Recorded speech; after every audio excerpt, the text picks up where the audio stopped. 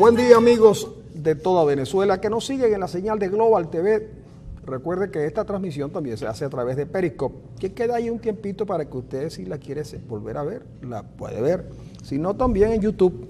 O sea que si usted se pierde, porque ahora nosotros hemos contratado una cadena presidencial para subirle rating al programa y hemos logrado lo contrario, pero hay malas decisiones empresariales.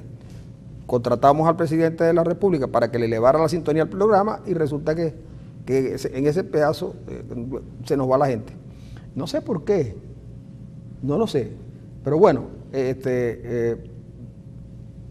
no cometa usted esos errores. Nosotros por inexpertos, por nuevos en el negocio. Pero el presidente Maduro dijo que Henry Falcón convenció a la MUD de ir a elecciones. Según el presidente de la República, y lo tomo textualmente del diario El Nacional, muy allegado al presidente de la República en otros tiempos, digo. Ahora no tanto, pero los amores, pero también los amores no son tan, digamos, tan lejanos. Pero eso lo contamos otro día, cómo es que los amores de Miguel Enrique Otero siempre han sido chavistas. Una en el pasado y ahora en el presente. Dice Nicolás Maduro, el presidente aseguró este miércoles que la oposición aceptó participar en las elecciones regionales debido a las reuniones de diálogo que ambos bandos políticos sostienen. Especificó que gracias al gobernador del área, Henry Falcón, la Mesa de la Unidad Democrática decidió participar en el proceso electoral. El mandatario larense convenció a los demás dirigentes de la coalición de confirmar su participación en los comicios, porque Falcón es amigo personal del presidente, siempre hablan y fue uno de los promotores del diálogo. Quizás podríamos nombrar luego a Henry Falcón en algún cargo como parte de una alianza con la oposición. Según Maduro, se habían realizado 100 reuniones. Maduro está perdiendo la brújula. Pero es que Maduro no sabe intrigar. Y a veces para la intriga se necesita no solamente la disposición y la aptitud, la actitud para hacerlo, sino que se necesita cierta aptitud. Y Maduro no la tiene. Porque a renglón seguido, si uno va a intrigar, uno dice, anoche vi a Marilucy en el centro comercial Las Tinajas, allí en la avenida 72, con un caballero de mediana edad. Ahí comienza la intriga. Primero, los que no conocen a Marilucy comienzan a preguntar quién es. Y después, ¿qué hace Marilucy en un centro comercial Las Tinajas, donde hay tantas discotecas y sitios de diversión, con un caballero de mediana edad, cuando se supone que los caballeros de mediana edad son tipos que generalmente utilizan aquella cosa de que chequera mata galán, o de que los hombres de edad madura y con canas son más atractivos. Pero si uno se le sigue colocando cositas a esa intriga que busca en el fondo perjudicar al hombre de mediana edad, entonces se pierde el efecto. Cuando él dice que hablamos todos los días, Maduro no tiene tiempo de hablar con nadie, porque Maduro se levanta muy temprano a hacer los oficios del hogar, según lo que nos ha contado él mismo, y después se pega en la cadena. Después está en la cadena. Y entonces no tiene tiempo de hablar con nadie. Además, le da un mérito a Falcón, que yo te digo, si eso fue así, yo no tengo duda que Falcón debería ser el candidato, porque Falcón no solamente es que habla con el presidente, sino que además de eso convenció a la Mesa de la Unidad, no solamente de ir a elecciones, sino de ganárselas. Maduro convenció a Henry Falcón que convenciera a la gente de la Mesa de la Unidad de que para hacer las elecciones regionales, porque la oposición las iba a ganar. Y yo te voy a decir ahora lo que no logró Falcón. Falcón no logró ser candidato por consenso O sea, él llamó a todos, vamos a elecciones, Era porque la eso. vamos a ganar y qué tal. Era de suponer que Falcón debería tener el 80% mínimo. Exacto, pero no logró el consenso en el estado Lara. Le sacaron un candidato que perdió, Luis Florido, y reconoció tal. Y lo otro que no logró Falcón fue en ese diálogo que dice el presidente que tiene con la MUT y con esto y con aquello y lo otro. Tampoco logró que los llevaran para República Dominicana, porque el pataleo del grupo de Falcón es que los dejaron por fuera. No, es que lo han dejado siempre por fuera. Por eso. O sea, Y además Falcón ha tenido en Lara una oposición brutal de sectores de oposición minoritarios que no le perdonan a Falcón que haya sido dirigente del partido de gobierno en su momento. Pero ya Falcón no haya que hacer. Ahora, Falcón es un buen gobernador. La vez pasada y le hicieron lo mismo y el tipo volvió a ganar. Esta vez, ok, es una votación menor, porque no fue mucha gente, porque no tenía que pagar mucha gente. Falcón volvió a ganar 60-40. Pero no se puede poner a decir los que ganaron con 3% que Falcón ganó con 20% de ventaja. Porque fue 60-40. Sí, pero yo no quiero hacer énfasis, y yo lo que no quiero hacer énfasis es en si ganó o cómo ganó Falcón. Yo lo que quiero hacer énfasis es que Falcón tiene el poder de convencer a la mesa de la Unidad Democrática que vayan a elecciones. Y no pudo convencer pero no pudo convencer a Primera Justicia que le sacaron candidato. Falcón está de acuerdo con el diálogo y quiere diálogo y no sé qué, y no logra que lo lleven a República Dominicana. No solamente que no lo llevan. O sea, que es mentira. Es que no lo llevan a República Dominicana y eso no está bien, porque lo de República Dominicana, la primera cosa fue lo que dijo Calzadilla, que Calzadilla puede ser muy importante en la política venezolana, pero no surge como un factor de peso, pues, ni su partido, ni siquiera él. No es referente. Entonces, claro, él dijo un día, a mí no me avisaron que iban a... Eso no se discutió en la mesa de la Unidad Democrática. Lo único es que si algo se le critica a la mesa de la Unidad Democrática no son sus éxitos, que son muchos. Mire, cuando los opositores de siempre querían abstenerse en las elecciones parlamentarias, yo recuerdo mucho la figura de uno que siempre sale en estos procesos, llamado Julio Coco, que yo no sé dónde apareció ese señor. De verdad que no sé dónde apareció el tal Julio Coco ese, que se opuso y dijo, y ya van a ver lo que va a pasar, porque resulta que nosotros necesitamos puestos ahí, no se los dieron, hubo una votación altísima, sacaron un montón de diputados y Julio Coco no se sabe dónde se metió. El otro es un tipo llamado Gustavo Tobar Arroyo, que creo que vive en México.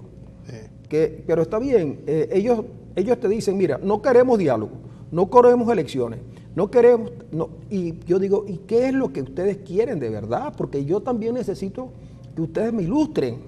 Pero entonces Maduro, que ha logrado que Nito Pérez Osuna, que Manuel Malaver, que el señor, ¿cómo se llama? El papá de Vladimir, Jesús Petit da Costa, ya estaba en todos los guisos. Ese señor, yo recuerdo que él escribe una columna en La Razón, y ahí estuvo muy chavista en La Razón, y después como que se le ha olvidado. También es que cuando a uno ya le dejan de pagar, uno se pone también díscolo, se pone bellaco, y entonces resulta que esos señores, a Manuel Malaver, por ejemplo, a quien yo respeto y quiero mucho, lo quiero mucho, pero a Manuel Malaver llega a decir que esta oposición es tan mala que no le ha agradecido a los líderes del mundo, no ha ido a agradecerle el apoyo que le dan a Venezuela.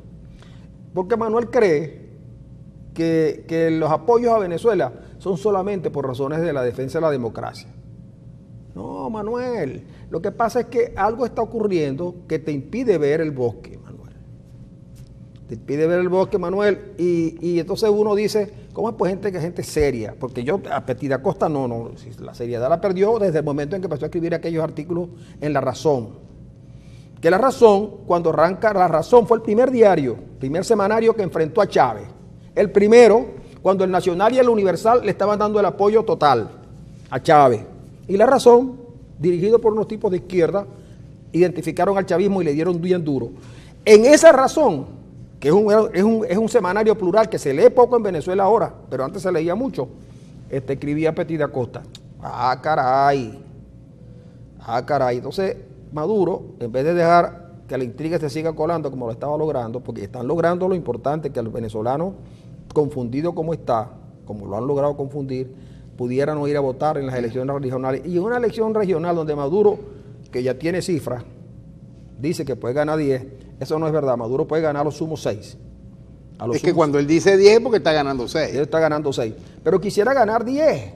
Y quisiera ganar 10 para decirle, bueno, está bien, yo no me voy a quedar hasta el 18, sino hasta el 2000, o hasta el 30.000. El asunto es que cuando la elección se podía hacer, empezaron a conversar, el gobierno estaba planteando llegar al 18.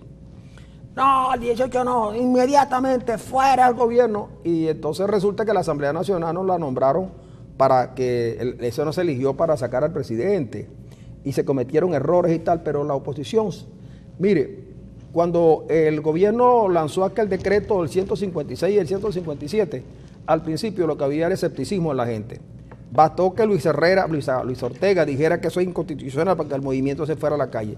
Y entonces aparecieron los señores de la salida, que ya estaban idos con la salida 1, aparecieron con la salida 2, y nos dijeron de la hora cero, nos dijeron un montón de cosas, y después se retiraron. Y vino Henry Ramos en un programa de televisión, el de Vladimir Villegas, que probablemente es el programa de televisión más visto en Venezuela en estos tiempos. No, el de Diosdado. ¿Ah, sí? El de Diosdado, sí. Para los opositores de la oposición les encanta el programa de Diosdado. Bueno, entonces resulta que Henry Ramos allí logró, que fue el que se abrió a decirlo, que la oposición discutiera. Igual que pasó con la validación. El gobierno, a través de su organismo electoral, el gobierno, el ejecutivo a través de su organismo electoral, que es el CNE, acordaron que se validaran los partidos. Y eso se olvidó. El protocolo final de la validación se olvidó. El día en que validó primero Justicia, valida Acción Democrática, el Nuevo Tiempo, el partido de Falcón y Voluntad Popular. Validan. Y entonces ahí vino la cuestión. Después dijeron, vamos con la constituyente y no van para las regionales. Y fueron para las regionales porque es que el gobierno lo que quiere, el gobierno lo que ha querido siempre es llevar a la oposición a un enfrentamiento donde ellos van a ganar porque ellos tienen el apoyo de la Fuerza Armada. Y creen, de verdad, ahora yo dudo de que lo tengan totalmente, creen que en un enfrentamiento, cuando algunos opositores, llevados por la desesperación, tomen alguna acción irresponsable, el gobierno los va a barrer y va a tener la justificación para decir nos quedamos con todo ahora porque estos no son democráticos. Entonces, yo tomo estas declaraciones del presidente Maduro y les voy a decir lo siguiente, las tomo como un hombre que ya no tiene nada que decir. ¿Y sabes qué es triste? Un presidente a quien las palabras lo hayan abandonado.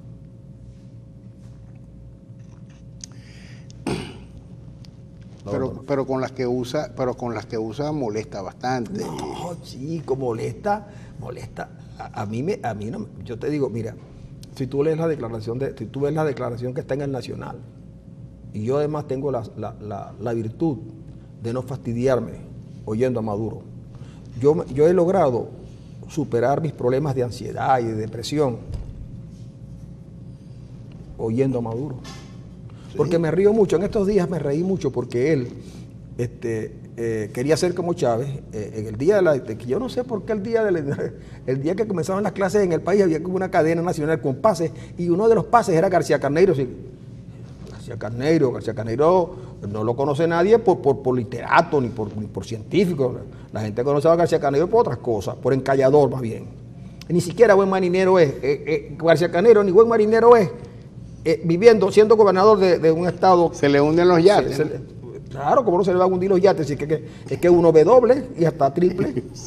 El problema de eso es que uno ve doble y triple. Entonces, mi papá era capitán de lancha. Y mi papá siempre que salía a trabajar en las lanchas de la compañía iba muy sobrio.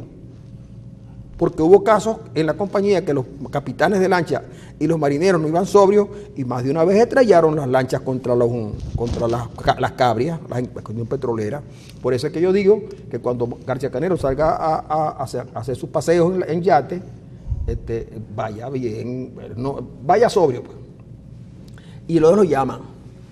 Y dice Maduro, en una vez dice Maduro, a mí lo que me molesta y me tengo atragantado. Primera vez que un presidente en el mundo utiliza esa palabra. Es que yo venía para acá y vi una construcción que está abandonada como si fuese la única. Y entonces yo quiero saber ¿quién es el responsable de esa construcción? Entonces alguien le dice, ese es un CDI, presidente, esto es lo malo, yo quiero saber. Entonces le dice a alguien, el mayor general Benavides. Benavides, mayor general, caramba, saludos, mayor general. Qué bueno, hombre. Hay que terminar esa obra porque esa obra es importante. No, que va. Entonces yo digo, Chávez hubiera subido a Benavides y lo hubiera puesto a llorar como ponía a llorar a Diosdado Cabello. Y además de una vez le lloró a Chávez. ¿Sí? Claro. Las 2 veces que perdió internamente. Las veces que llevaba Rangel, mira, lloraba las veces que lo llevó Rangel Silva, cuando lo llevó caballero, el Pollo Carvajal. Esos van a contar la historia. Y el piloto de Lara, el primer gobernador. Reyes, ese también. Bueno, chicos, pero esa no es la que estábamos hablando, no íbamos a hablar nosotros hoy. Íbamos a hablar de Maduro. Que Maduro quiso... Diosdado que estuvo ayer aquí. Pero ya ni los periódicos lo toman en cuenta. Sí. Ese es lo malo. Pero además, seguramente vino al Zulia y se tenía que ver con Arias Cárdenas y no se quería rayar. ¿Arias o él? Él. Ah, ok. No, la verdad, es posible que haya venido al Zulia y no se haya querido salir, porque Arias va a querer salir al lado de Diosdado y Diosdado a lo mejor no se quería rayar. Es verdad, si no fuera porque el venezolano sufre mucho, por lo que está ocurriendo, yo pediría que se les dejara gobernar unos 80 años más y que Dios me diera por lo menos unos 10 de esos 80 para venir todos los días aquí, pues yo disfruto mucho. Ya ni siquiera tengo que revisar la prensa, ya no tengo que revisar nada, porque cuando se me ocurre revisar me doy cuenta que Maduro ha dicho que acusa a Julio Borges de una conspiración. Porque lo quieren matar. Lo quiere matar. Donald Trump lo va a mandar a matar. Y lo va a mandar a matar con Borges. Unos tipos que por lo menos puede activar a uno de esos señores que mataron a Bin Laden. Que nada más de recordarlo uno se asusta. Y ponía a Julio Borges, casualmente a Julio Borges, chicos, no puedes acusar a Julio Borges. A Julio Borges no puedo acusar de todo, menos de eso, chicos. Que por cierto, en la reconstrucción de este país, que vendrá pronto, Julio Borges va a jugar un papel estelar. Por cierto, es lo que te quería decir. Yo vi la intervención de Donald Trump en las Naciones Unidas. Yo también la vi. En inglés y después vi la traducción. Yo la vi en inglés y no la entendí, pero después vi la traducción y sí pude entender algo. No, pero yo sí la entendí en inglés y de los 5 minutos que le dedicó a hablar sobre Venezuela, por ninguna parte yo vi que hiciera ningún tipo de amenaza física contra el presidente de la República. Él lo que sí habló fue que había que hacer causa común para el rescate de la libertad, de la democracia, y que el problema del socialismo en Venezuela no era que se estaba criticando el socialismo, que el socialismo no había podido ser implementado, sino que la implementación del socialismo en Venezuela era lo que tenía destruido este país.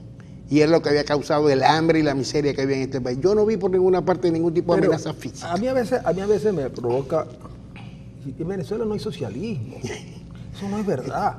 No concebido como los teóricos lo plantearon y mucho menos como lo llevaron a cabo los que tuvieron los que gobernaban en nombre del socialismo. Yo conocí una parte de eso librescamente y por referencia, pero en Venezuela nunca hubo capitalismo. En Venezuela lo que hay es un grupo de holgazanes, de zánganos que llegaron al poder, se apoderaron del mismo, se dieron cuenta que era facilito cogerse el dinero y tener privilegios y se lo empezaron a coger. O si no, ¿cómo se explica que esa cantidad de dinero que le entró por petróleo y por endeudamiento no haya servido para nada? Y que nosotros veamos, por ejemplo, que te digan que en Suiza, por una delación, acaban de conseguirle a alguien 420 y tantos cuentas por 7.000 millones de dólares y que nadie averigüe. Que se pongan a decir que lo que le dieron a Maduro, y que no fueron 100 millones, a lo mejor no le dieron nada. Pero habría que investigar y que la Odebrecht Los mismos que dicen que no le dieron 100 millones a Diosdado, dicen que le dieron 98, pagaron. Pues, por supuesto, hay un señor que no es escritor, que nunca había escrito más de 2 líneas, de un libro, por supuesto, y el que lo que más se conocía era la firma. Le pagaron $378,000 por el libro que iba a hacer. Ni a Vargas Llosa le pagaron eso. ¿Cuánto? $378,000 a un hombre que iba a contar la historia del puente que no se hizo sobre el otro puente sobre el Orinoco. Y Odebrecht, entusiasmado con los éxitos literarios del boom latinoamericano, le tendió a este caballero $378,000. De adelanto. De adelanto, claro, porque cuando escribe el libro... Y entonces resulta que Maduro dice en cadena nacional que Odebrecht no terminó las obras, no las terminó, pero no lo dijo así, dijo no las terminó, pero nosotros tenemos cemento y cabilla, las vamos a terminar. ¿Qué reconoció Maduro? Que no las habían terminado. ¿Pero qué no dijo Maduro? Que las obras las habían pagado en una buena parte y que Odebrecht además hizo negocio con el tipo de cambio venezolano. Entonces no hay investigación. Y cuando Luis Ortega se le cayó la venda que tenía en los ojos, porque eso fue un día de por eso es que digo yo que los ventarrones hay que tener cuidado con ellos. El día que a Luis Ortega se le cayó la venda, ese día comenzó a denunciar y ese día la sacaron de todo. Luis Ortega llegó a decir, una vez Luis Ortega le abrió un expediente a los periodistas de Últimas Noticias, que no sé si fue a Tamoa Calzadilla o todavía estaba en Últimas Noticias Luz Meli Reyes, que ellos dijeron que en Caracas habían colas en las estaciones de servicio. Y la fiscalía determinó que eso era una manera de atentar contra el régimen y les abrió un expediente. Allí debe estar todavía. Al igual que la vez que los periodistas de Últimas Noticias salieron a protestar por alguna cuestión que les había ocurrido a ellos, y también la fiscalía... Pero hay que aclarar que son los periodistas de Últimas Noticias de antes. Bueno, los de antes. No los de ahora. Los de ahora también van a protestar, Ronald, porque aquí es parejo todo. Sí. Aquí los únicos que no protestamos somos los de Global, porque nos tratan bien, sí, y nos pagan a la hora, el día correspondiente, incluso las pensiones nos las dan, nos vienen a traer aquí. Pero entonces... En Venezuela no había investigación. Entonces Luis Ortega dice ahora que en cualquier cuestión lo importante es discutir la reforma del Poder Judicial. Qué bueno hubiera sido, porque yo si hubiese sido fiscal de la General de la República y afecto a la revolución, como efectivamente lo fui en el pasado, a la revolución rusa, digo, yo hubiera hecho la denuncia correspondiente, porque Alcedo Mora no desapareció ayer. ¿Dónde están las investigaciones de la Fiscalía? ¿O dónde están las opiniones de Nid Marevan? Muy gallito últimamente, muy gallo, como si Nid Marevan ayer dijo, están bailando pegado un merengue, la MUT y el gobierno. Y yo pregunto, ¿y los músicos que antes de la orquesta por qué no fueron? Porque esos músicos el problema es que aquí está bien que busquemos la reconciliación y está bien que rescatemos la democracia y está bien que haya libertades democráticas, pero lo que no puede haber es oportunismo. Lo que se debe desterrar en la política es el oportunismo. Y Nimmer iba bien, pero resulta que Nimmer se olvida que quien creó todas estas cuestiones no fue Maduro, no Nimmer. Esto lo creó el líder que tú todavía quieres. Entonces, si no discutimos a Chávez, no tenemos por qué discutir a Maduro. Y si discutimos a Maduro, tenemos que discutir a Chávez. Ahora, que haya que hacer una discusión seria, orientada, organizada, no hay inconveniente. Pero lo que no puede ser es que ahora Navarro, Giordani, Annalisa, Nimmer, Luis Ortega, señor Ferrer, nos vengan a decir a nosotros que tenemos 18 años padeciendo en una situación verdaderamente irregular y de la que ustedes nunca dijeron nada. Pero una vez que salen del gobierno, dicen cosas que debían de decir antes. Por ejemplo, Giordani dijo una cosa gravísima, que habían raspado la olla para hacer a Chávez, que estaba prácticamente ya liquidado, presidente. Eso lo dijo Giordani. Y a Luis Ortega en ese momento no se le ocurrió abrir investigación. Por eso es que aquí todos han cometido errores. Todos. Pero no puede ser que ahora Luis Ortega, Nimereva, Ferrer y el otro vean en la mesa de la Unidad Democrática al demonio, porque a lo único que le teme Chávez, Maduro, es a la mesa de la Unidad Democrática, es a lo único que le tiene miedo. A la unidad. A la unidad. Y a la mesa de la Unidad Democrática, a la Claro, unidad y a claro. la mesa de la Unidad Democrática. Así es. Por cierto, ayer Nimer también le cayó a palos a Soy Venezuela. Pero yo no me quiero meter con Soy Venezuela porque eso no. Vamos mejor a una pausa.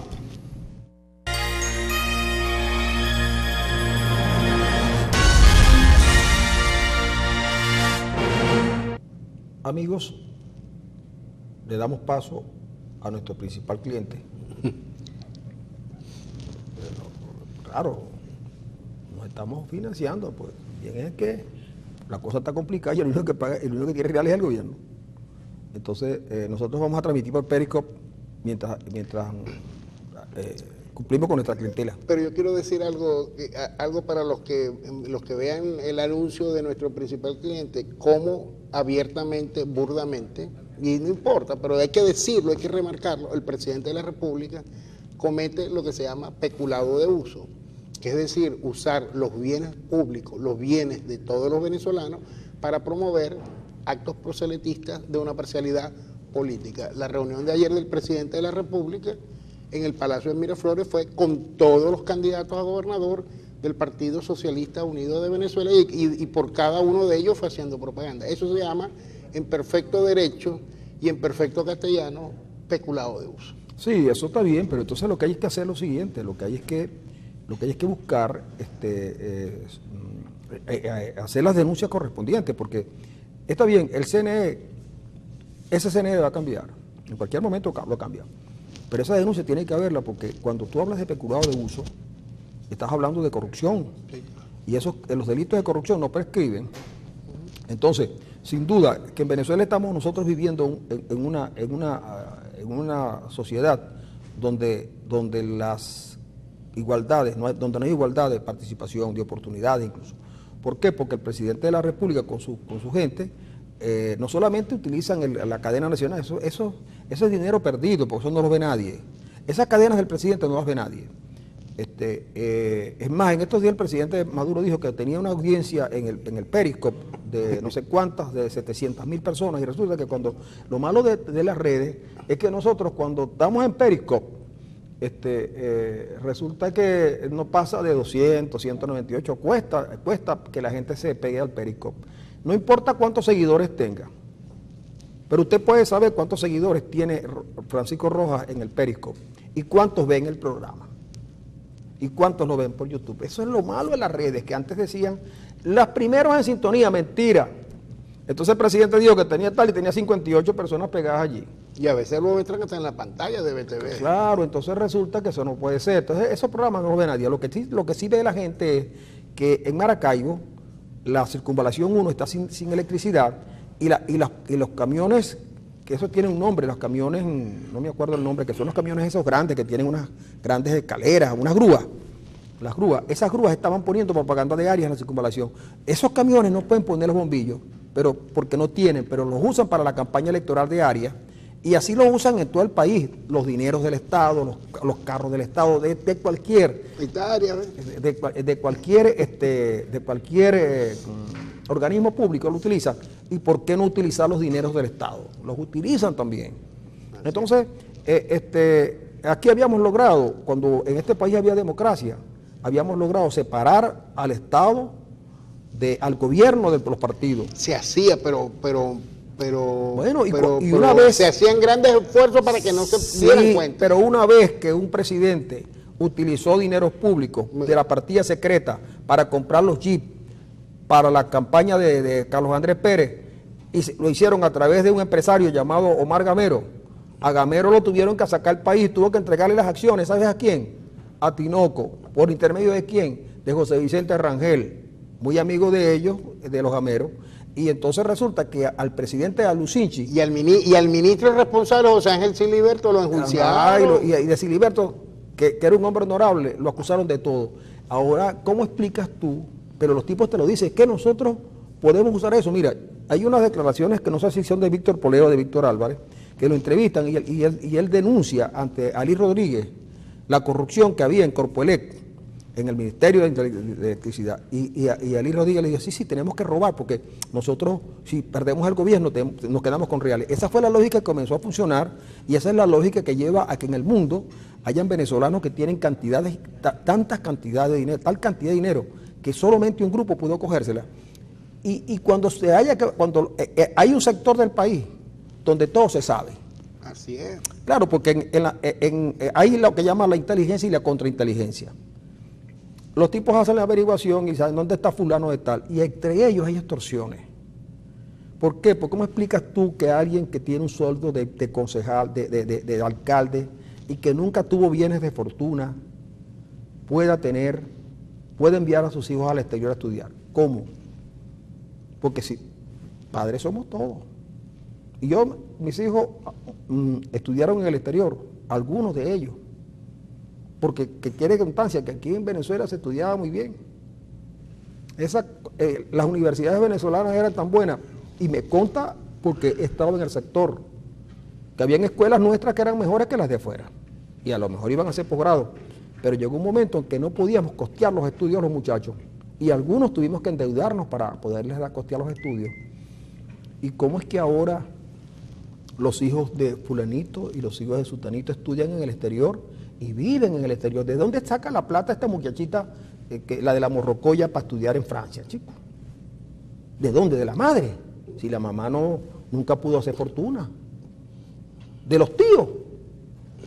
Chicos, si los tíos. El que más tenía algo, el que más o menos tenía algo era Adán, que era profesor en la facultad, era profesor en Mérida. Los demás, nada. ¿Cómo pagan la vivienda? Que no viven en una residencia estudiantil. Para allá iba, porque no es tanto que está estudiando en la Sorbona 3, que la Sorbona 3 no es tan costosa como... No, ni es tan calificada tampoco. Exacto, no, pero está estudiando, pero el problema no es que está estudiando ahí, el problema es donde vive ella en París, vive en uno de las zonas más elitescas de la ¿Quién le paga los estudios a esa muchacha? ¿Quién se los paga? Y el modus vivendi. Claro. Yo tengo un amigo que acaba de llegar de París y viene con las manos en la cabeza, un amigo que tiene recursos y viene con las manos en la cabeza del costo que supone... En bolívares. El costo en bolívares que supone estar una semana viviendo en París. No hay que hacer conversión donde usted está pagando allá. No, claro, pero él viene con las manos en la cabeza porque dice... el costo de la vida en París. Él no hace la conversión. Él lo que te dice es, me costó tantos euros tomarme un agua mineral, me costó tantos euros comerme una comida medio decente. Claro, pero para ellos, por ejemplo, que cobran en euros, la diferencia no es tanta. Pero lo que digo, yo lo pregunto por los venezolanos, ¿cómo en el caso México, por ejemplo, cómo es que estos muchachitos del alcalde de Caracas con su sueldo puede vivir en México y estudiar en México? ¿Cómo? Entonces comienzan las explicaciones. No, que es que él quiere una tía. No hay tía porque valga aquí. Entonces, ¿y los hijos de algunos militares que también están en el exterior estudiando? ¿O el hijo del señor, el hijo del que estrelló el Lamborghini allá en Miami? Un hijo de un funcionario de PDVSA. ¿Cómo? Un Lamborghini es caro en Estados Unidos y también en Venezuela. Y los estrellan. ¿O cómo consigue, por ejemplo, Samar López tener una residencia de 16.5 millones de dólares? Chicos, porque se cogieron el dinero. Y eso es lo que los tiene allí preocupados. Por eso yo le dije, eso de WhatsApp, que en vez de hacemos las elecciones, pero dejamos la administración del tesoro a los chavistas y se van tranquilos. Porque ellos lo que quieren son sostener los privilegios. ¿Tú sabes qué es sabroso coger un avión e irse a Kazajistán? Y vaya usted a saber dónde pasaron ese avión en el camino. Porque por lo menos si uno, aunque sea un toque en Portugal, hay que hacer. Por cierto, un avión de Cubana de Aviación. ¿Por qué tenemos que usar los aviones de Cubana de Aviación si el presidente Chávez compró un avión nuevecito y el propio Chávez viajaba en aviones de Cubana de Aviación? ¿Por qué compraron aquellos? ¿A quién fue el que trajo los bombillos? ¿Quién fue el que trajo aquellas plantas eléctricas que de segunda mano que se dañaron enseguida? ¿Quién fue el que trajo las gabarras? Entonces, es demasiado. Entonces, a mí me decía el general Alcalá Cordones, el día que estuvo con nosotros acá, que él respetaba mucho a Arias, que él respetaba mucho a Arias, pero que él, el Arias del primer gobierno no se para hacer nada del segundo. Te tengo una de Arias. Yo te tengo una del Real Madrid que perdió ayer. Bueno, pues se la dejamos para el tercer negro. Okay. Se la dejamos para el tercer negro. Por ahí dice que se desinfló, dice el... No. O sea, que los equipos como el Real Madrid no se desinflan. Ese equipo ahora, los amigos tuyos que escriben del Real Madrid en el país, te decepcionaron. Te van a decepcionar. Solo tengo un amigo en la redacción del país, en el fútbol. Ramón Besa. Bueno, te va a decepcionar porque hoy no ha escrito. Ni escribirá. Bueno, te tengo una del comandante Arias, candidato a gobernador a la reelección. Tú sabes que él no levantó una voz de protesta, ni reclamo, ni en defensa de la anterior Enelven, cuando el régimen decidió centralizar todo y llevarse todas las decisiones y todo el poder para Caracas y crear una gran empresa eléctrica llamada Corpoelec. Y ahora resulta que en esta nueva campaña electoral está prometiendo la creación de una empresa regional de electricidad. Entonces, ¿por qué no fue capaz de defender, el hombre que no fue capaz de defender aquella empresa cuasimodélica, pionera de la industria eléctrica en Venezuela, y que con todos los problemas que se estaban presentando por el crecimiento desmesurado del Estado Zulia, era una empresa que funcionaba y que servía y que los reclamos eran atendidos, ahora viene a proponer como una salida, como una propuesta en una campaña para la reelección, la creación de una empresa regional? ¿Con qué activo lo piensa hacer, por cierto? Yo no sé, mira, yo tengo muchos amigos en lo que es Corpoelec Zulia, y lo que ellos me dicen es que a veces no hay tape para sellar los empalmes, ¿cachai? Es más, hay unas cositas que son como que se los ponen, que son como de metal, las colocan y las aprietan, y es una cosa para la pase de la corriente, y eso tampoco lo hay. Y a veces, cuando yo les dije, mira, es que por allí, por donde yo vivo, vale, se quemaron todas las bombillas, cuando es que ustedes, no, eso no se va a poner nunca. ¿Pero por qué? Es que eso cuesta mucho dinero. Te vamos a proponer lo siguiente. Mira, cómprate la bombilla o las que hagan falta y nos llamas a la gente de Corpoelec, que cuando ellos tengan un tiempito va y le das algo para la maraña. Yo creo que era para los frescos. No, para la maraña. Ellos llaman la maraña porque... Entonces, le digo yo, pero es mucho. Me dice, bueno, saca la cuenta que nosotros lo que ganamos son unos sueldos miserables porque el convenio con el contrato colectivo no lo cubre. Y me dice, lo peor es el estado de abandono en que están las instalaciones de Corpoelec. Y eso todo viene a raíz de que yo le pregunto, ¿ustedes no tienen, chicos, suficiente autoridad como para que le informen a la colectividad cuál es la causa de los apagones? Porque de las bajas de voltaje. Porque yo le dije, mira, si es que la gente prefiere que ustedes, por ejemplo, le digan, mira, a tales horas, claro, hay consumo de electricidad tan elevado que es necesario, que por eso son los apagones que llaman.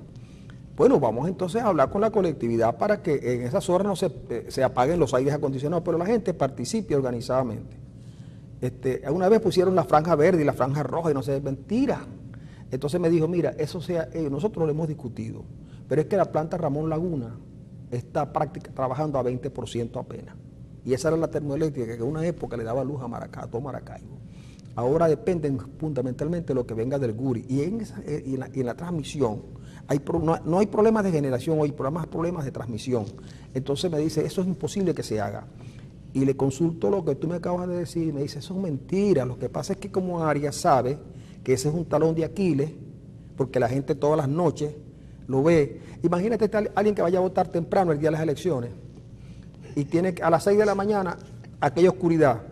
Si pensaba votar por Arias, al ver la oscuridad no vota, o lo atracan y no puede votar por Arias porque lo atracaron y le quitaron la cédula. Entonces Arias cree que él con eso va a engañar nuevamente a la gente. Y no es posible, porque el asunto es que la gente dice que Arias es el candidato de Maduro, y Maduro, por mucho que él quiera parecer como Stalin tropical, tú ves, porque dijo a mí me dicen que yo me parezco a Stalin, y sí me parezco un poco, No vaya a ser que el hombre sea georgiano, ¿no? No vaya a ser. Y no vaya a ser que termine dándole por las purgas Por eso, del hombre aquel. Entonces, uno de verdad no logra saber qué pasa, porque el presidente nos dijo un día, y yo esa se la tengo guardada. Yo la tengo guardada porque yo tenía 10.000 bolívares y un día los tiré al piso y nadie los recogió. Yo los recogí y después de la rabia que me dio los tiré en un contenedor. ¿En billetes de 100? En billetes de 100, sí señor. El único que recibió los billetes fue Ángel Monaga. Que yo los puse ahí, entonces Ángel Monaga, yo los voy a coger para enseñarle a mis hijos para cómo es el billete 100. Los demás, Darwin Chávez, Damaso Jiménez, tú, no los recibieron. Yo vine con una bolsita, esa bolsita donde meten las empanadas. Yo los llevé, entonces los tiré en un contenedor que está por ahí cerca de acá de Globa, por la iglesia del Padre Claret. Dije, a lo mejor alguien los coge y se los da el Padre Ortigosa de limosna y cosas de esas. Me lo pensé yo. Porque como lo iban a eliminar, chico, y ahora viene este hombre y dice que no, que los billetes van a seguir. ¿Tú no crees que eso también es una falta de responsabilidad, chico? Pero lo dijo el presidente del Banco Central. Lo dijo Morales el de Sundé. Dijo, el billete sigue. Y eso no es un decreto presidencial. Bueno, chicos, si es que aquí los decretos los hacen y el gobierno ha hecho tantos decretos que no sabe ni para qué son. No, y lo peor del cuento que con el decreto con la extensión por el Tribunal Supremo del decreto de emergencia financiera, los actos administrativos del gobierno ahora son decretos leyes. Chicos, y te voy a decir algo aquí también, como que lo mío lo podemos dar para el segundo negro, para el tercero, o para la radio. Chicos, Evelyn de Rosales tenía que perder la elección. Mira, después que Evelyn perdió la elección con Guanipa, chicos, veo que la alcaldía está trabajando en todos los frentes. Desde el lunes pasado. Trabajando en todos los frentes. Entonces yo digo, esos candidatos tienen que perder. Claro, Guanipa no va a perder con Arias porque Arias le gana a cualquiera. Vi unas encuestas donde Arias con varios dirigentes, no los conocidos, mira, pierde con Eliseo Fermín. Tú sabes que las chavistas de la cuadra donde yo vivo van a terminar votando por Arias, van a terminar votando por Guanipa. ¿Por qué? Caramba, porque con Evelyn le recogían la basura. Y ahora que la responsabilidad de Arias Cárdenas no se la recogen, tienen 2 semanas que no pasan por la casa. Es que el problema de ustedes por ahí es que la basura de ustedes no tiene peso. Ah, no tiene peso. No, es que la basura, el negocio de la basura es el peso. No es que tú llegas con tú llegas, mira, cuando tú quieras aprender esas cosas, tú tienes que montarte en un camión y haces un buen reportaje y lo tiras acá en Global TV. Tú vienes, mira, y vas allá. Allá hay una balanza. Y hay un tipo que anota, aunque la balanza, ella pesa, pero lo electrónico a veces se echa a perder. Entonces tú dices... Esa balanza se parece a la de la carnicería que está por allá por la iglesia Fátima. Bueno, está bien, pues yo no voy a hablar más de esa carnicería porque por ahí... Bueno, ok. Entonces dice que la balanza debía matar 170 toneladas. Y extrañamente una balanza que solamente puede medir, pesar hasta 200, dice 270. Llegaron 170 y ella pesó 270. Esas otras 70 toneladas se cobran a precio de oro. Y con eso es que muchos han hecho sus cobritos también. Ahí los salserines y los salserines. Los salserines, la historia es otra. Contratan, tú ves el poco de salserinas, primero tienes que darle franela, depende de quién esté gobernando. A unos le ponían amarilla, a otros le ponían roja, otras le ponían azul. Verde. Ahora es verde porque Arias quiere que la gente olvide que eres del partido rojo. Sí. Entonces resulta que tú ves salserines en la calle, pero tú ves 200 personas en la calle y te parece que son muchas, ponen 200 en la calle y cobran 1000. Con esto también hicieron sus cobritos. Lo que pasa es que algunos creen que como uno no se la pasa diciendo quiénes son, esto nadie lo ve, esto lo ve todo el mundo. Por cierto, por ese tema de los salserines de 200 y 1000 y tal y qué sé yo, fue que condenaron a la derrota a un gobernador del estado. Ajá, yo me acuerdo que había el jefe del sindicato de los salserines, el negocio de él no era jefe del sindicato, era cogerse todo el cartón que se recogía en Maracaibo, iba a un sitio que estaba ubicado por allí por el terminal de pasajeros. Ahora vive en Panamá. Pero ¿no? nadie lo vio. E incluso hubo un gobernador que se hizo su fotico. Claro, y entonces la gente te dice, es que aquí ha triunfado el cambio.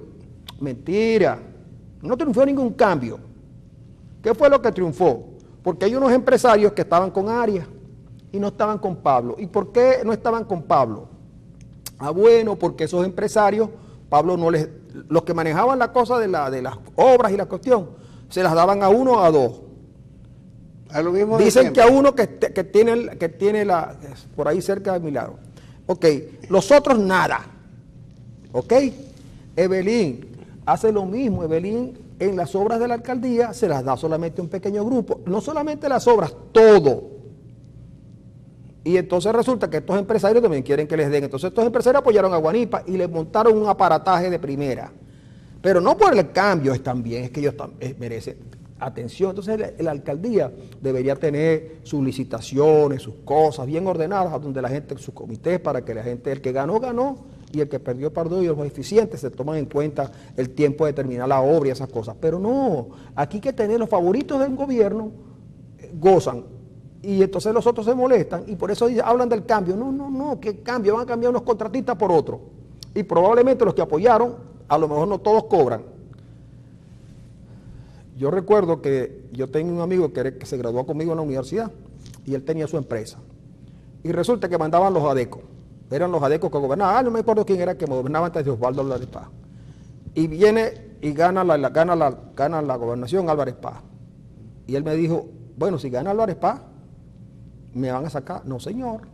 La gente que llegó con Álvarez Paz a gobernar aceptaron que todos aquellos tenían que tener sus derechos, el que trabajara bien, el que hubiera cumplido con los... Porque también hay contratistas que no cumplen. Mira, aquí hay unos tipos contratistas, mira, Ronald, que cobran las obras y no las terminan. Y después tú ves los periódicos en las citaciones a las que muchas veces no asisten. Más de uno. Y yo conozco unos cuantos que con los adelantos se compran carros, las camionetas 4x4, se van de viaje y cuando regresan lo primero que mandan a hacer es una actualización de costos y tal y qué sé yo porque no les alcanza. Entonces, Ronald, yo te digo que aquí el cambio es ese. Ahora, yo lo que digo es que mire, siempre la corrupción siempre la va a haber. Lo que pasa es que queremos un gobierno que investigue y eventualmente meta preso a lo que resulta la investigación. Y hay que meter preso a los corruptos y a los corruptores. Pero en este gobierno, los corruptos no van a ninguna parte. ¿Cómo es posible que Giordani diga que se rumbearon 35 mil millones de dólares en empresas de maletín y que las empiecen a buscar?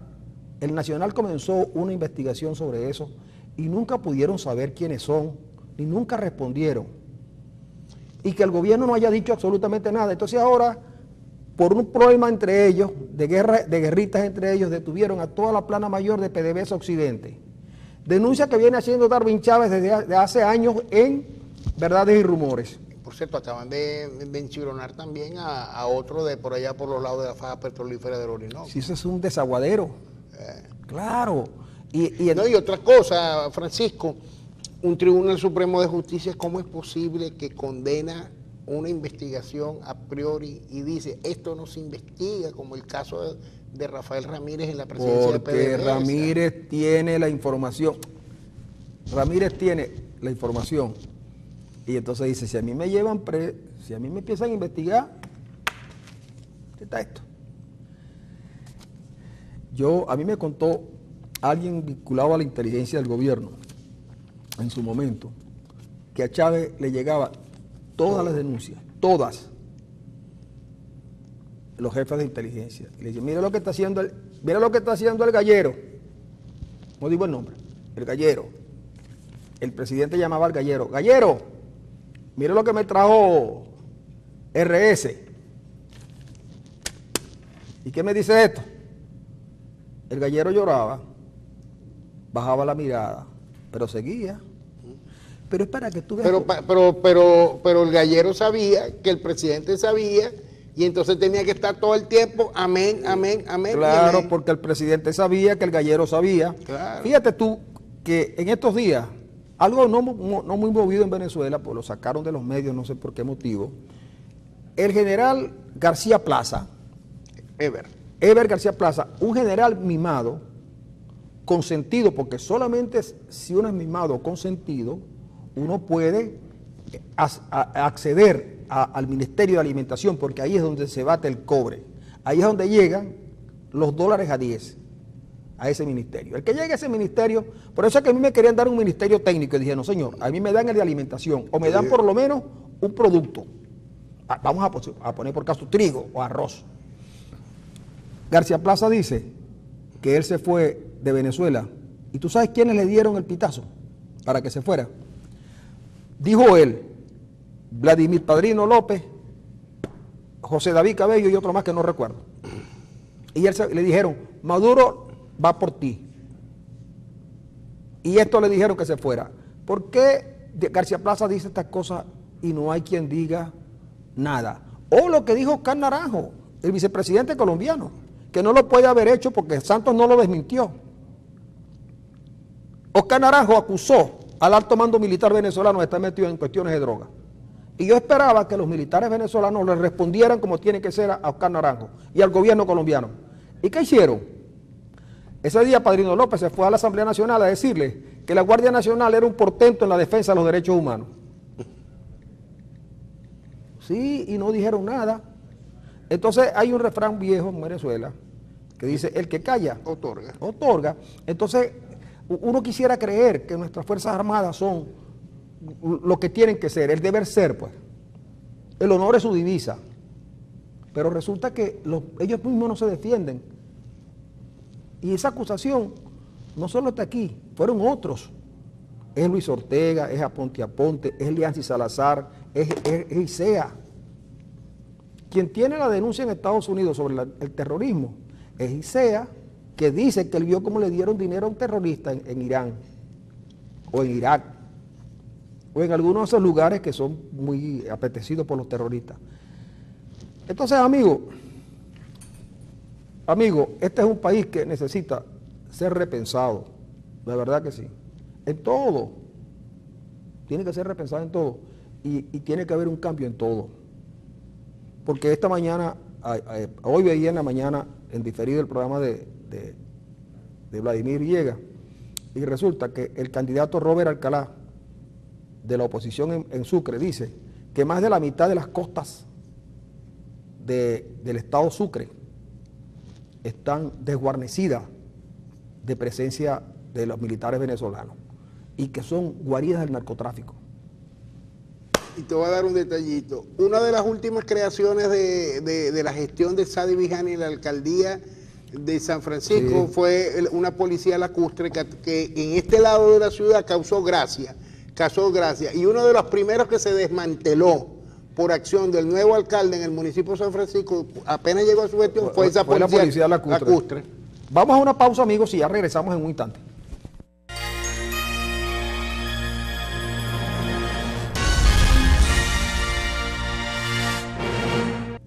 La música. Bueno, amigos, me decía Ronald Rodríguez que había venido Diosdado a supervisar la campaña. Sí. Y claro, y algún medio regional lo saca. Pero yo quería, de alguna manera, tocar el asunto del Zulia, porque no se trata solamente del Zulia como región, como subregión, sino se trata del país. Y ocurre que la campaña electoral arrancó en un clima verdaderamente incierto, porque la información que se suministra es una información de alguna manera sesgada y controlada, y donde la mentira tiene una presencia muy activa, pero una mentira ni siquiera sutil, sino que es una mentira que es como demasiado evidente como para que tú, por reducción al absurdo, llegues a la conclusión de que es una gran mentira, de que no es verdad. Es decir, incluso cuando se habla del diálogo. Y como Ronald viene escribiendo sobre eso, yo decía, bueno, pero en un diálogo se supone que debe buscarse alguna solución. Y los involucrados tienen que estar de acuerdo en la situación que existe. Y además de eso, entonces, deben buscarse consensos para salir de esa, de la situación. Ahora, el gobierno tiene como fin último quedarse en el poder y pretende que la oposición les reconozca su manera de gobernar de facto. Ahora, si la oposición quiere gobernar, no puede reconocer esto. Entonces, ¿cómo se reúnen y para qué se reúnen? Si lo que subyace no es una idea, si el gobierno dice, mira, estamos en este problema y la oposición también.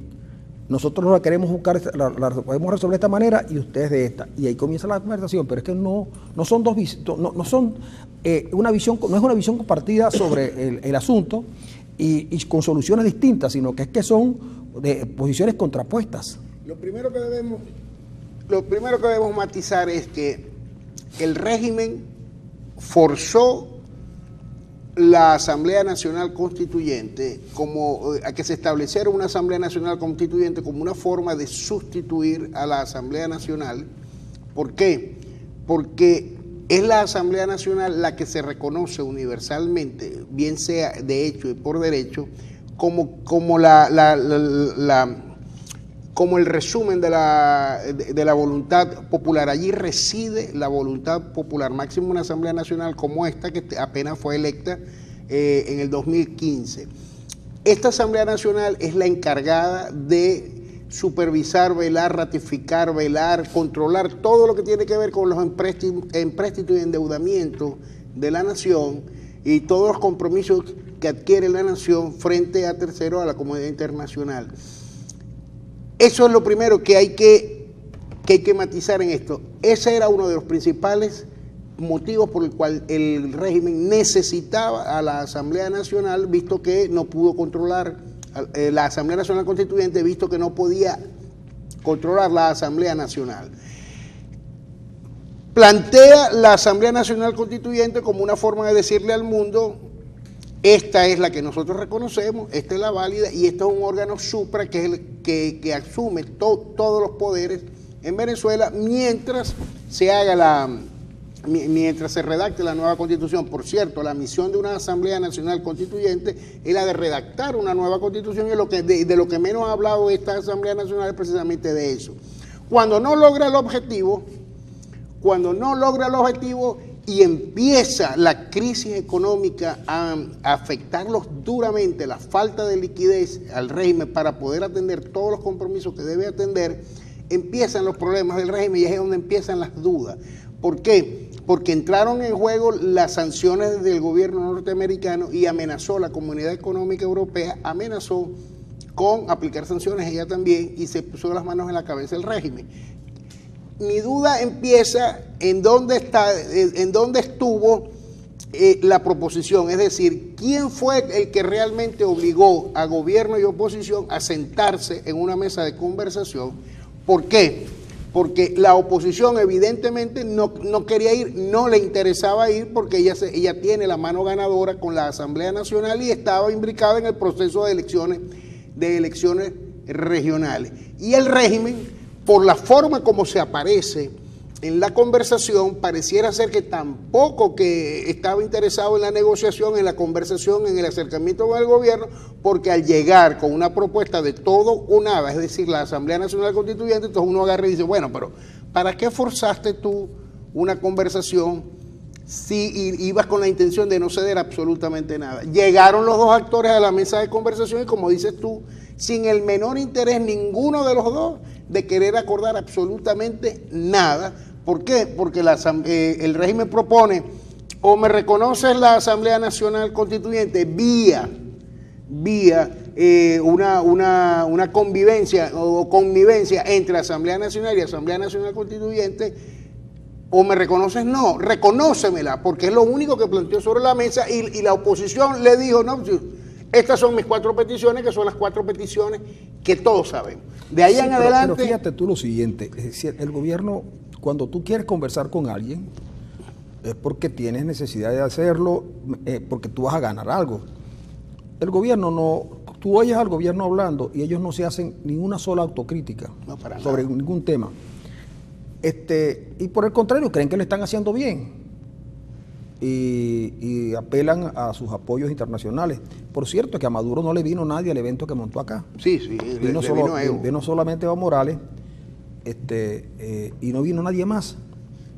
Es muy significativo eso. Luego el gobierno tiene una falta de dinero muy grande y no la puede suplir, porque ir a una campaña electoral sin dinero para el gobierno es mortal, porque acostumbraron a la gente a darles dinero para que los votaran. Es decir, asistencialismo más clientelismo le daba por lo menos una cantidad de votos.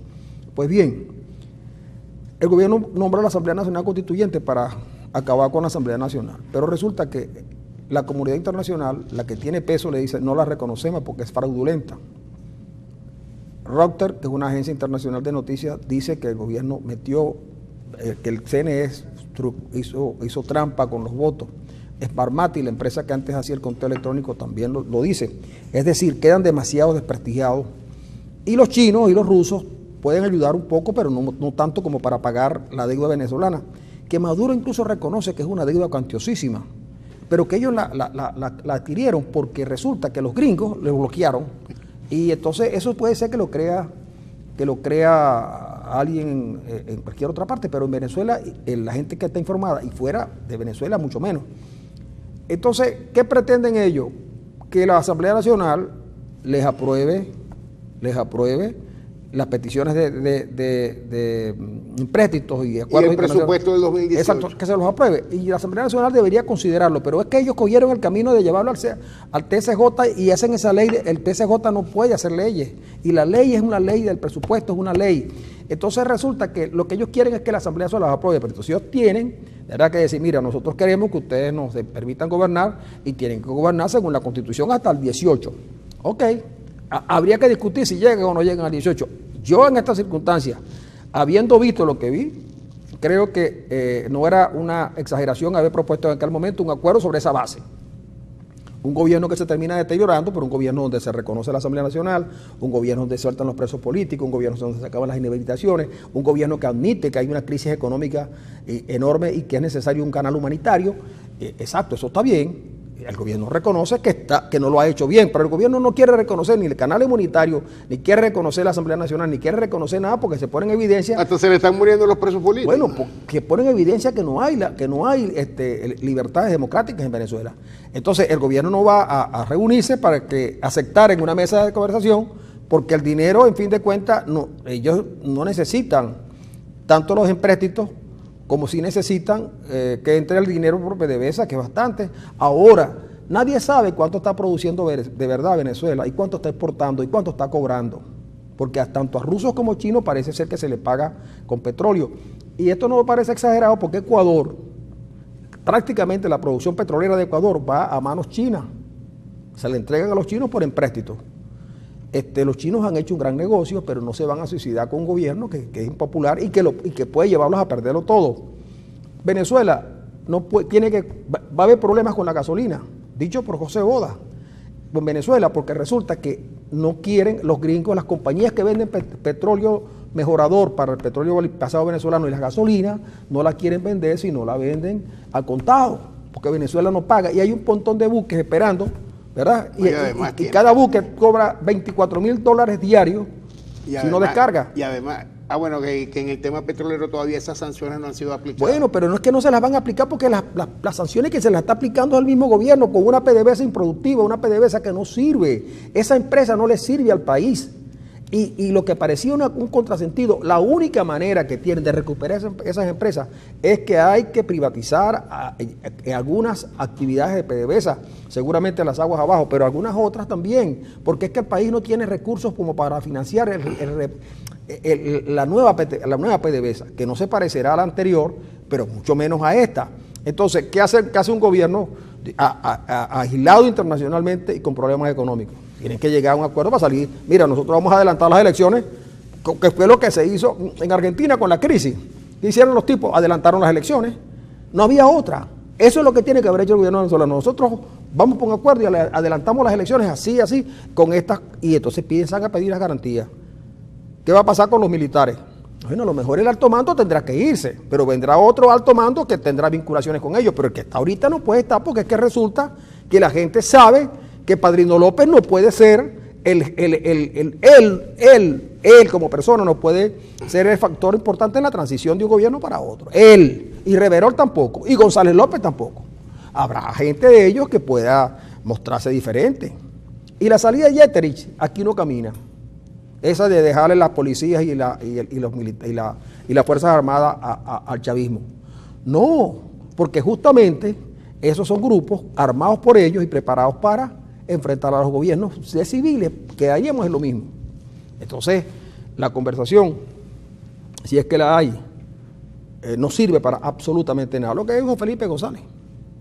Pero no porque Felipe González sea un adivino, sino porque son posiciones, tienen posiciones distintas. La oposición quiere gobernar y el gobierno se quiere quedar. ¿Cómo se acercan posiciones allí? Ahora, pero lo que yo te planteaba, ¿quién los llevó a la mesa? Porque evidentemente ninguno de los dos quiere, quiere llegar a un acuerdo. El gobierno no quiere ceder más allá de lo que le reconozcan, y la oposición, a pesar de la inclemente campaña mediática que le tienen de que sí va a reconocer a la Asamblea Nacional Constituyente, la oposición no va a dar ese paso. La oposición lo que se limitó fue a poner sobre la mesa su petitorio de siempre. Pero es que lo que yo entiendo de la gente que está, que es la oposición a la oposición, es que no pareciera lógico, porque ¿qué sentido tiene ir a negociar y tú le dices, mira, nosotros ganamos la Asamblea Nacional? Unos tipos que ganaron la Asamblea Nacional y que aprobaron leyes y que empujaron cosas y que estuvieron moviendo y que los parlamentarios estuvieron trabajando. ¿Qué sentido tiene ir a decirle ahora no? Entonces los tipos de la Mesa de la Unidad Democrática llegan y le dicen, gobierno, usted se queda.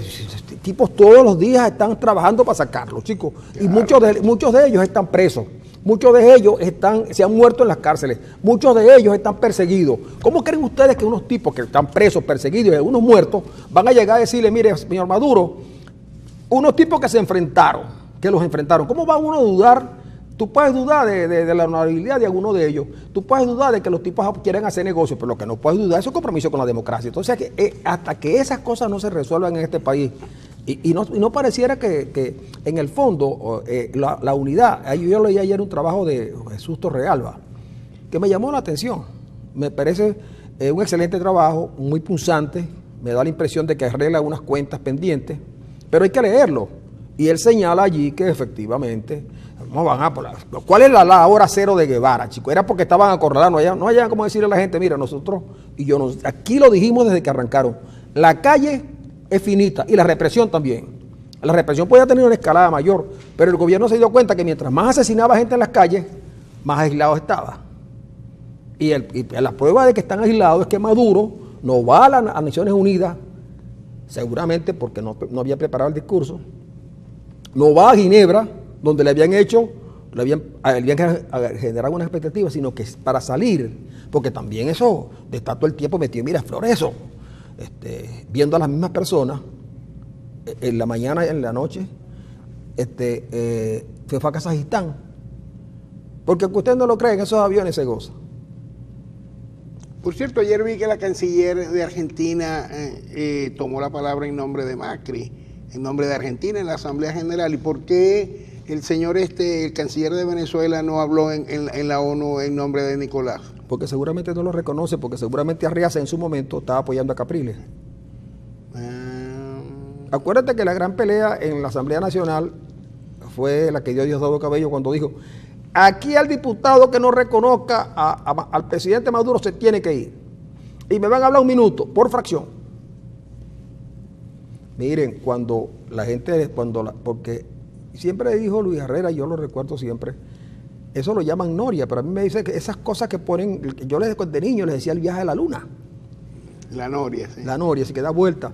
Y Luis Herrera dijo un día, cuando uno está en el poder, debe pensar como cuando uno está montado en esas ruedas giratorias, que a veces uno está arriba y a veces está abajo.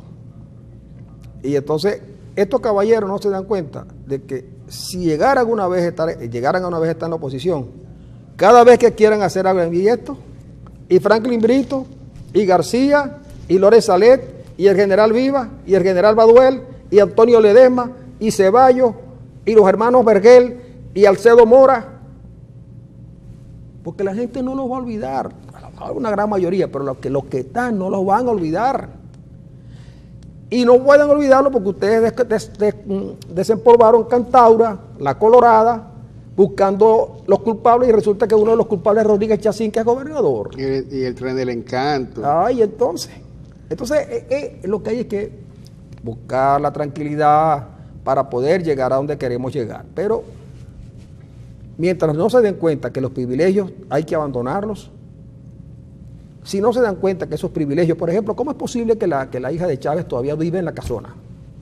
¿Qué es eso? Cuando todo el mundo sabe que ella no puede estar en la casona. ¿Cómo es que el que era esposo de ella, no sé si sale de un cargo, vicepresidente, va para otro, pone los huevos a 4.20 y ahora es canciller? ¿Y dónde salió ese señor? Y se va a estar semana y media en Nueva York con un séquito de 30 personas, un hotel 5 estrellas. Yo hubiera querido ir también.